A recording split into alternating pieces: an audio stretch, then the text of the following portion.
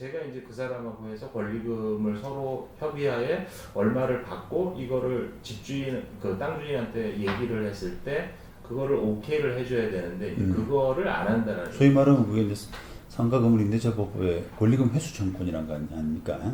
근데 이제 여기가 변호사님 또 농지다 보니까 상가 임대차법하고는 이제 상관없지 않느냐. 이제 지금 제 말씀 그 말씀 드리려고 그래요. 네.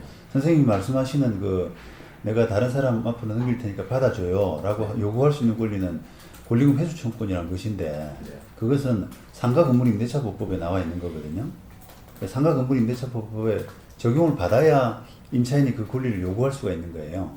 근데 지금은 만약에 이 임대차 자체가 상가 건물의 임대차가 아니라 토지 임대차에 불과하다거나 아니면 토지 임대차 플러스 뭔가 하우스의 틀 이런 부분에 그 임대차라고 하더라도 그게 상가 건물 임대차 법법에 적용을 받을 것이냐라고 하는 부분이 의문이거든요. 그러니까 이 권리금에 대한 이런 게 있어도 마찬가지인가요?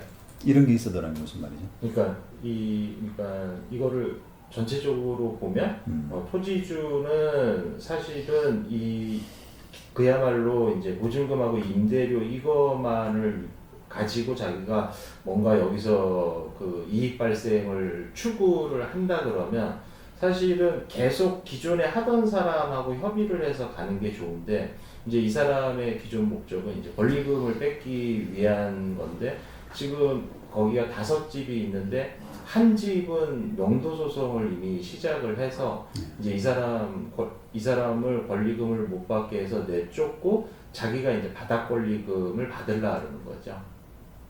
그러니까 지금 그건데 어떻게 하는 게 좋은지 이제 또. 아니 근데 그 계속 그 말씀 드리지 않습니까? 결국 이게 토지 임대차라 그러면 계약기간이 끝나면 바로 나가줘야 돼요. 권리금 회수 청구 같은 건 보장 못 받는다 이 말이에요. 그러니까 지금 선생님은 이 사람하고 계약서를 쓰는 과정에서 이 권리금 인정 못 받는다 이런 부분을 넣을지 말지 부담스러우신 건데 토지 임대차가 되게 되면 만약에 이게 우리가 비닐하우스라는 틀이 있기 때문에 이게 토지 임대차냐 아니냐 하는 부분이 조금 논란이 될 수 있습니다만 그냥 토지 임대차라고 그냥 생각한다면 단정을 한다 그러면 안 넣어도 그 조항이 없어도 특약사항이 없어도 선생님은 권리금 못 받아요.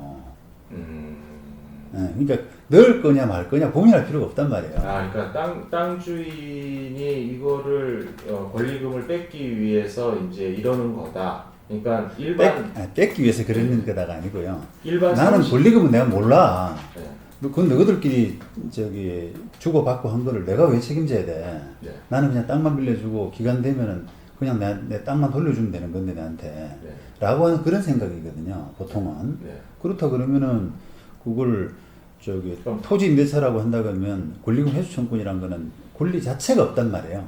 그러니까 이거를 특약상에다가 그거를 포기한다라는 부분을 안 넣더라도 없더라도 주장 자체를 못 한다 이 말입니다. 세입자로서는. 그렇다 이거죠. 그러니까 이걸 토지 임대차라고 하면은 넣을 거냐 말 거냐를 고민할 필요가 없어요. 왜냐하면 원래 없는 권리이기 때문에. 그냥 권리금은 자기 권리금 그거를 해서 할 거냐 안 할 거냐 그거 그냥 결정사항일 뿐이지. 아니 주인의 어떻게 보면 주인의 선심성, 주인이 해주면 다행이고 안 해주면은 못하는. 옛날에 우리가 상가 건물 임대차법이 없었을 때, 권리금 회수 청구권이 없었을 때 그 상태. 그러니까 임차인은 그냥 그 선처만 바라는. 근데 아직 법이 그 권리에 대한 보장을 안 해주나 보죠. 토지 임대차는 없어요. 지금 이제 상가 건물 임대차 법법에서 권리금 회수 청구권이라고 하는 게 들어온 게 2015년이거든요. 근데 그거는 상가 건물에 관해서예요. 상가 건물의 임대차. 그럼 이걸 지금 비닐하우스까지 임대차 목적물이냐라고 하는 부분은 조금 애매한데. 왜냐하면 관협식물이기 때문에 비닐하우스 자체가 없으면 안 되죠. 제가 다른 데도 계약돼 있는 게 있는데 거기는 조경수 작업을 하기 때문에 비닐하우스가 없어도 돼요. 그냥 땅을 빌려서 하는 건데 여기는 관협식물을 키우는 거기 때문에 네.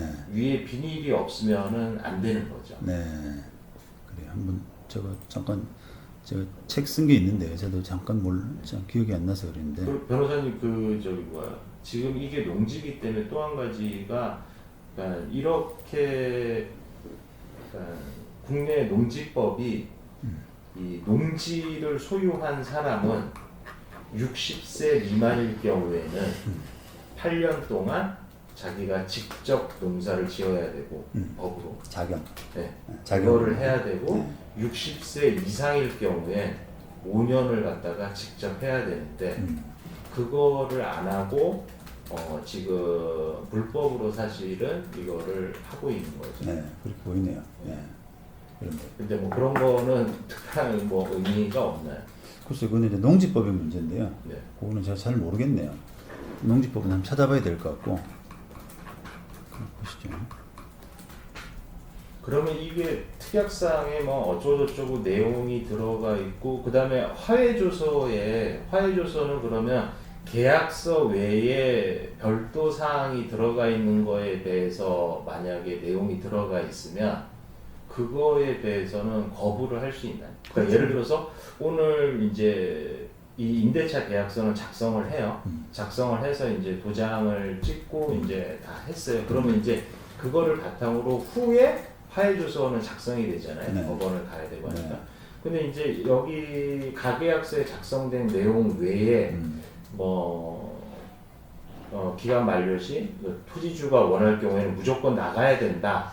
이런 조항이 그러니까 여기 계약서에 그거는 당연히 들어가는 겁니다. 그건 당연히 들어가는 거예요. 예. 그러니까 그거 하려고 재소나이 하는 거거든요.